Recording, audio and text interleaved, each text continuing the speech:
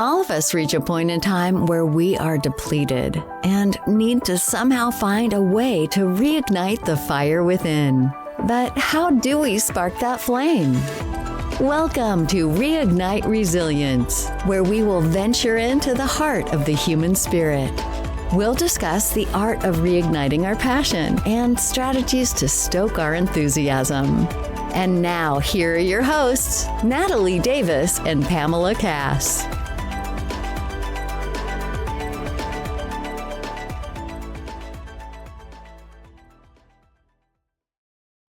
Interesting.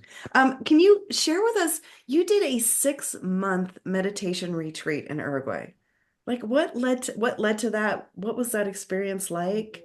I would love, that's so interesting to me. I got a little bit touched that you brought this up now. The simple answer, which I would elaborate, will be life-changing. I quit my last office job in 2018, January of 2018, because I had done some investments that were doing well or very good. So yeah, I quit my job. I went to a 1-week meditation retreat with this organization called Isha Judd. Again, it was a 1-week VIP event. This was around, I think it was maybe March. I quit my job in January, so in March I went to this VIP retreat. And this organization has the 6-month retreat that they usually do every 2 years, and it was going to start 2 months after. So this was March, and I think that the 2-year retreat was starting in May.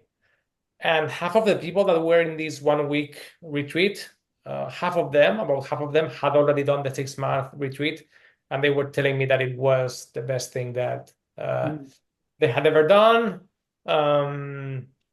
So at the beginning, nobody thinks that, or I'm going to speak for myself, I never thought that I was going to do a 6-month retreat.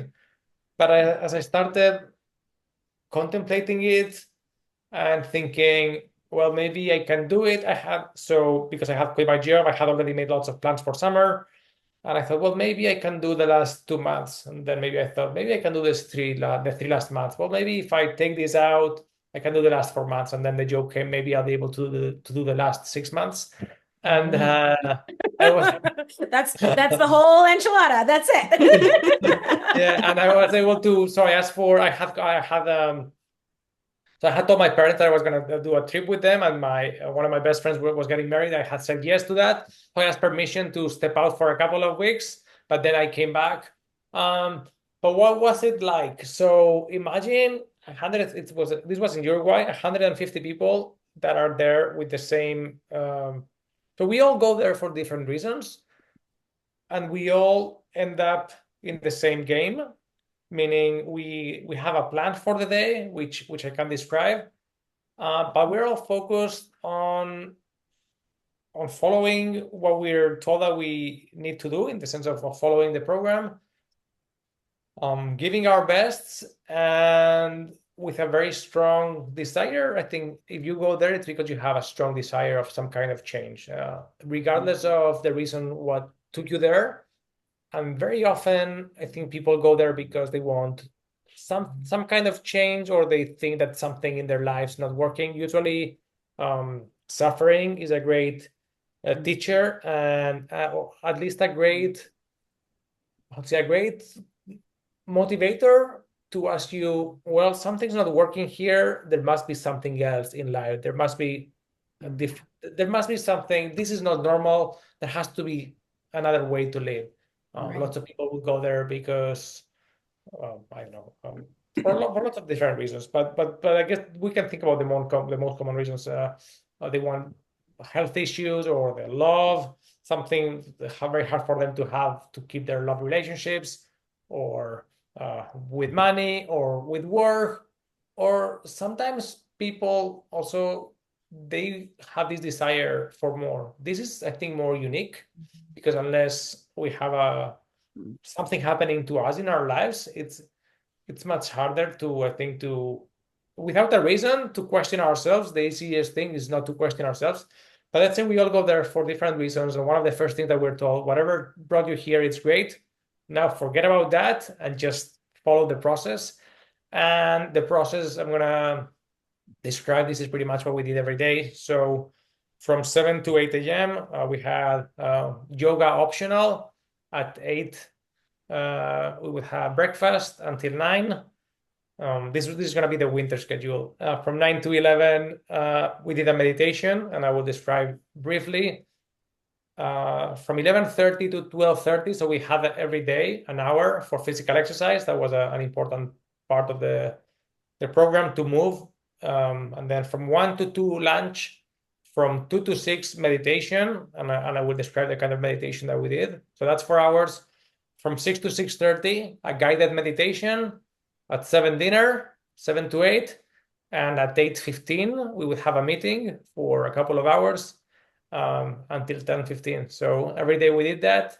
The meditation, it's called unification. Again, I would love for your audience to check the website, which is Isha Judd, and I can share Isha Judd Yoga, ishajudd.com. And then you can see, so actually there's another 2-year program starting, 6-month program starting next May for your daring listeners. If you are interested in checking it out, there you go. Next May of 2025. Only if you want to. Only if you want to change your life and become more free, more open, more trusting, more loving, more empty, lighter, sweeter. Wow. I think you just sold it. I don't know. I'm having a little anxiety over here. That sounds lovely for maybe days 1 through 6. At day 7. Yes, but, but let me tell you something about days 1 to 6. But I'll finish with the meditation. So in the meditation, which we call unification, we think of some sentences. We think of sentences that are based in appreciation, in gratitude, in love, and unity. We place the attention usually in our hearts, and the body listens to your thoughts, and it starts vibrating. It starts reacting and vibrating in the frequency of these sentences, and the old memories and old emotions, experiences that are based in fear, trauma, all these things start coming out, and they produce emotions.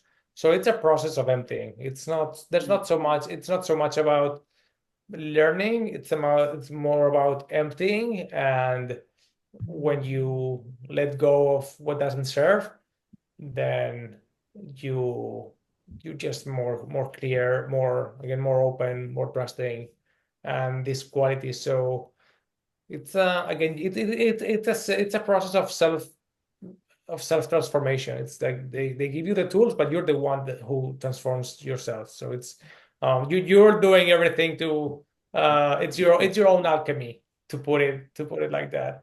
And about the 7 days, so I heard that once they did a 3-month program, but they only did it once because they realized that the full process took the 6-month process was by design. And what I've noticed is that on between the 4th and 5th month, that's when the rubber hits the road. Yeah. And now I've gone to the last, so my 6 months was in 2018. I came back, I think it was in 2021, then the following one in 2023 last year. So I went back to the last 2 to support. And I love to go in the 4th, 5th month because to support the students. Then we have a room which is called the expression room. When you need help moving or connecting to an emotion, you will go to the expression room, and a teacher or a facilitator. Once you do the 6 months, then you can become a facilitator. So I am now a facilitator. But I love to go there because when they come to you in the 4th month, I love to tell them it's like you feel like they're putting their 6 months in your hands, and I feel like I love to tell them, this is what you came here for. This is what you came here for. If you go there in the first week, everything is very superficial. Nothing wrong, but people talk and talk, but everything it's very superficial. A lot of stories, but when it's in the fourth, fifth month, you feel like they're right there, hesitating whether to go in and go through it or not. And I love to be there to say, this is what you came here for. This is what you came here for. That's awesome. That's awesome. It sounds like a life-changing experience. We'll make sure that we add the link in the show notes.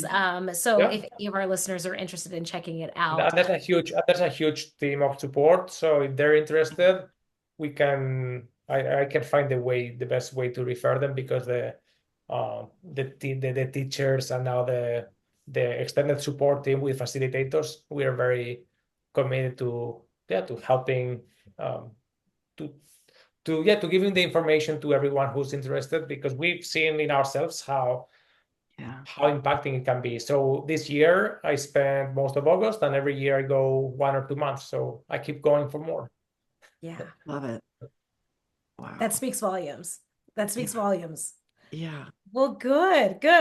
Well, Ricardo, I know that we've touched on the book a little bit. Share with our listeners how you came to the space in creating Crash Course, and some of this is your raw story in this book, if I'm understanding correctly. So as you are putting your entire life on these pages, what are some things that our listeners can look forward to when they get the book and they start to dive in?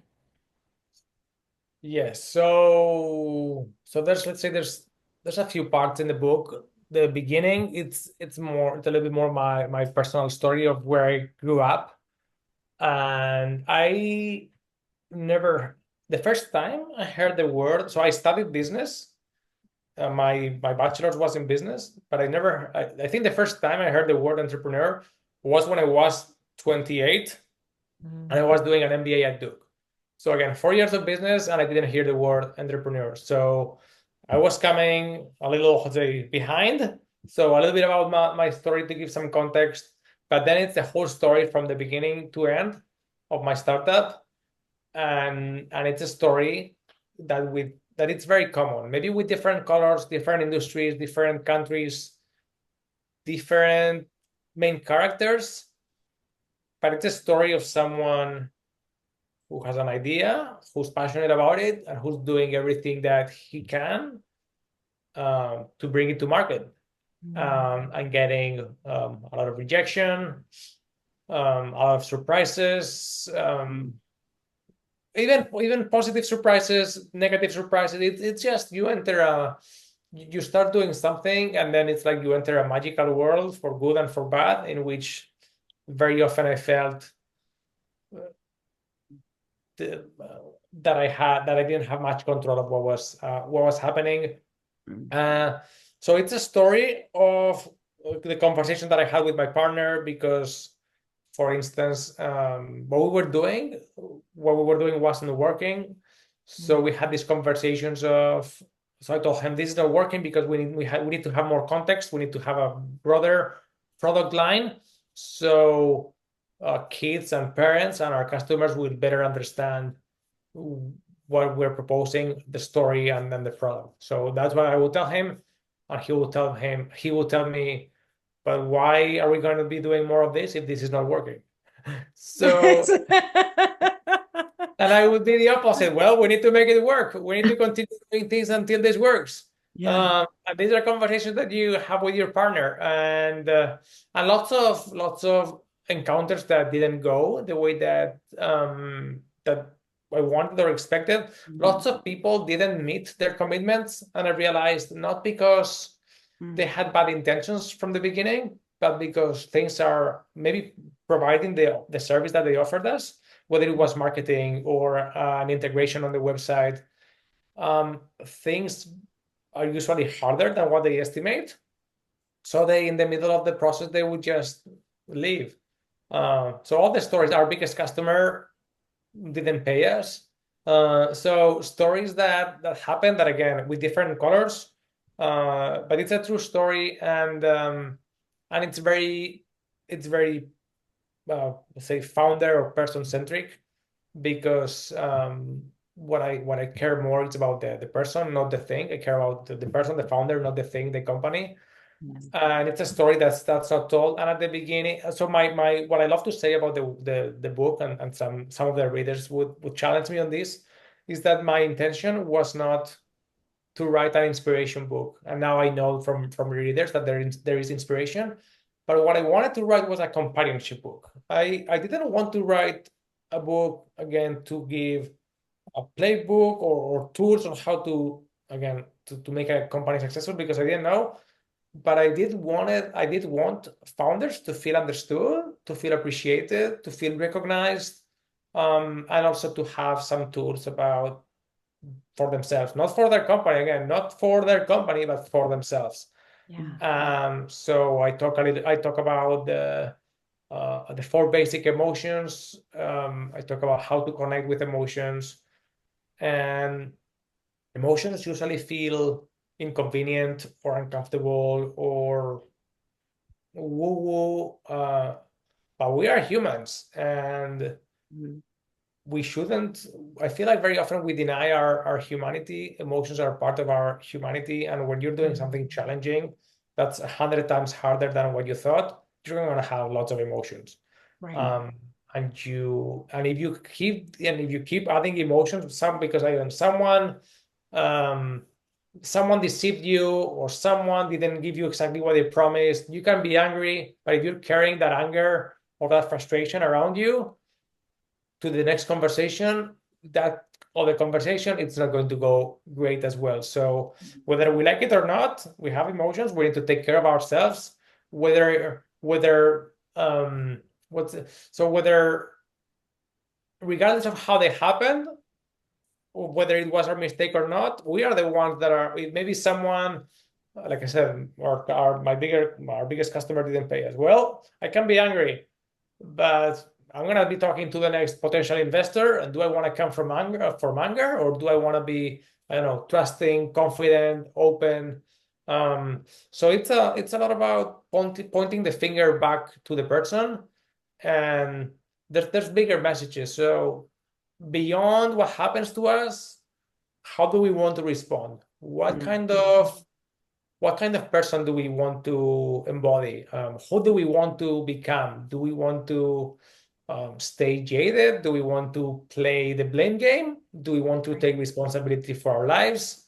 Am I not going to be happy because this partner promised me something and they didn't make their commitments? So I think it's very important to distinguish between what happens to us and what we do with it. And that's a big part of responsibility. So this is a book for people who are both ambitious, because I think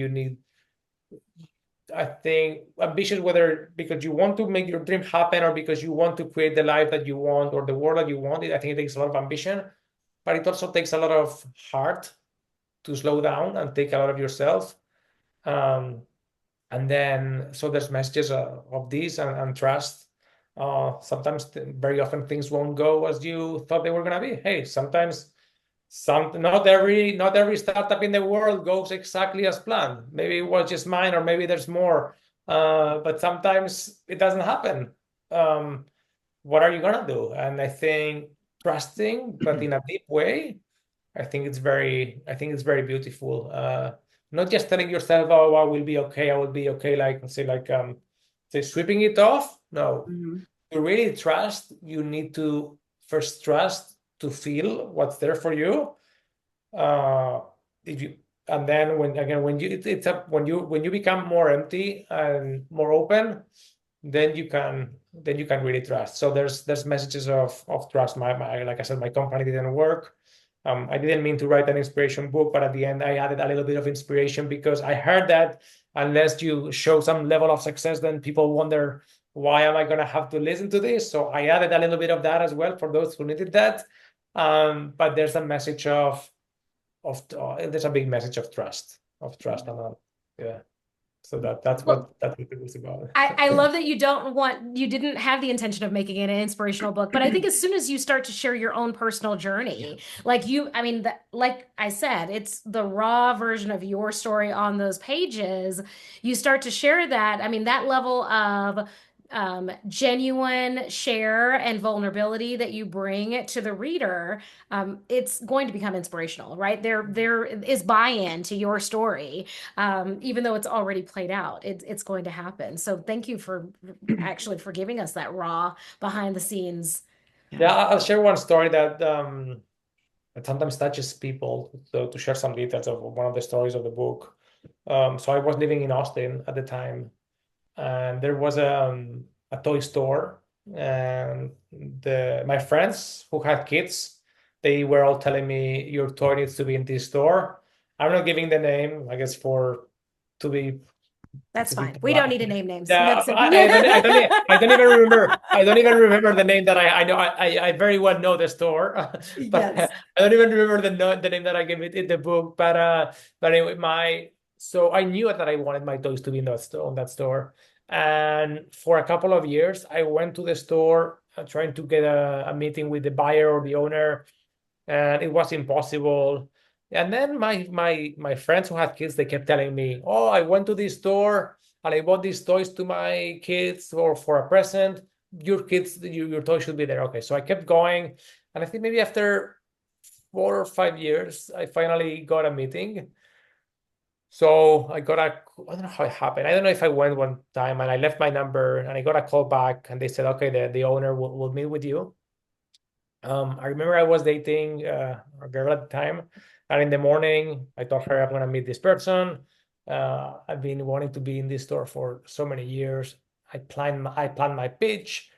I planned everything. I could imagine everything that I did was thought about. I don't know, whatever I was wearing, whenever I was everything. I thought about everything. So I go there with my toys. I am going to start talking to her for a little bit. I was gonna pull them out from the bag, and as I was about to do that, she told me, "There's no need. There's no need for you to take out your toys." And I said, "Well, what do you mean?"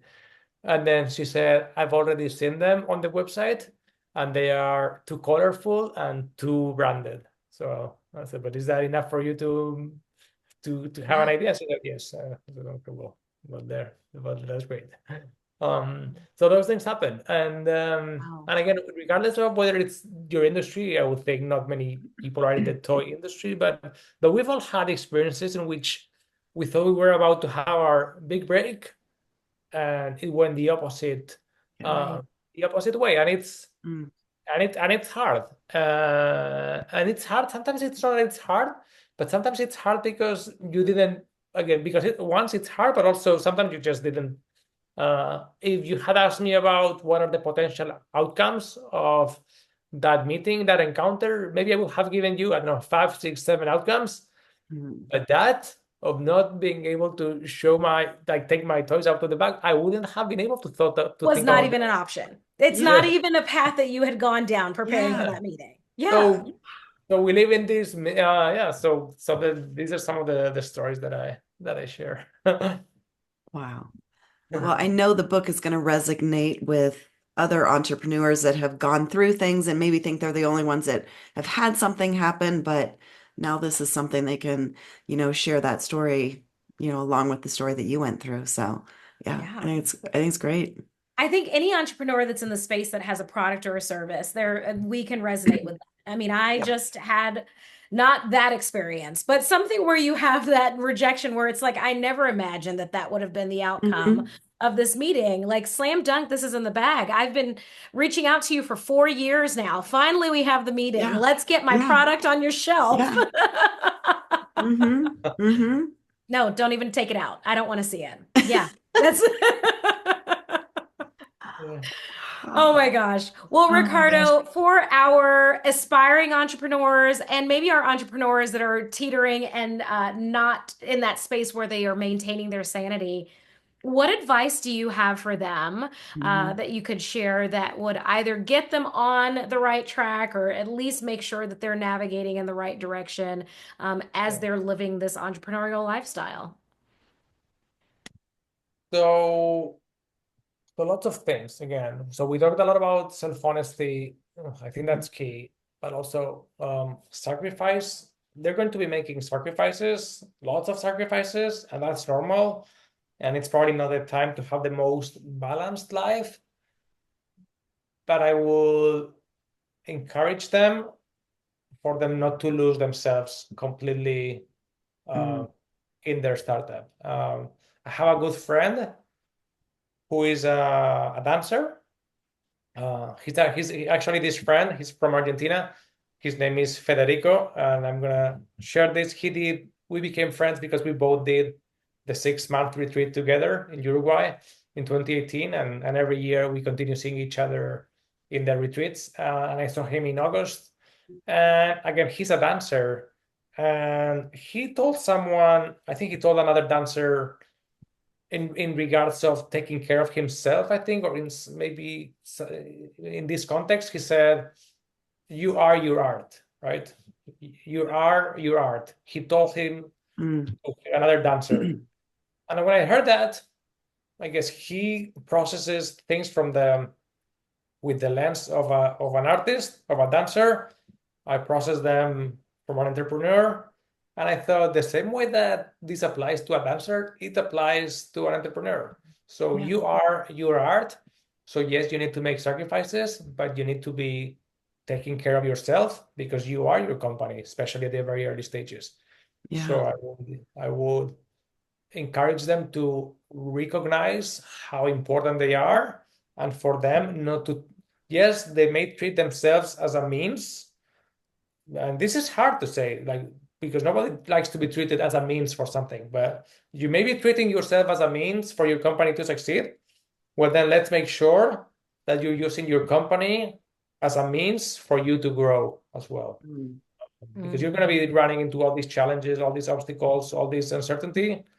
Well, what's in it for you? What person do you want to become in the midst of these challenges when things don't go your way? Again, so you're going to be giving everything that you have for your company. Well, let's make sure that your company transforms you in the best way possible. Yeah. Beautiful. That's huge. Wow. You are your art. Yeah. I think it does apply from the artistic side or from the logic brain side, from an entrepreneur or business owner. I think it does resonate with all of us. Wow. Ricardo, thank you. Thank you. It has been an absolute pleasure. Thank you for letting us pick your brain and hear your personal story. Well, thanks to you. I really enjoyed it. This was very special. I know both of your smiles made me feel really welcome here, and I had a great time. Thank you so much. Thank you for being here so late in the evening. Exactly. From all the way across the globe, really. Exactly. He's across the pond. Exactly. I was going to say it's tomorrow, but it's not yet. I mean, I think you have a little bit of time. No, it is tomorrow. It is tomorrow. It's tomorrow. It's officially tomorrow. Yeah. You are in yesterday, yes. Exactly. I'm still in yesterday. Yes, that's it. We're yesterday, you're tomorrow. Yep. Oh my goodness. Ricardo, thank you. Thank you. Thank you. For our listeners, we will make sure that you have all of Ricardo's contact information, a direct link to his book. So if you are looking to get your hands on that crash course book, we will make sure that we make that easy for you. And if you're wanting to learn more about what's happening in the world of Reignite Resilience, head on over to reigniteresilience.com. And if you haven't heard, check the show notes or check it out on our website. You want to make sure that you subscribe to our weekly Think Letter that gives you all the tools, tips, and resources that you need as we are working to overcome adversity and live that resilient lifestyle. So until next time, we'll see you all soon. Thanks, everyone.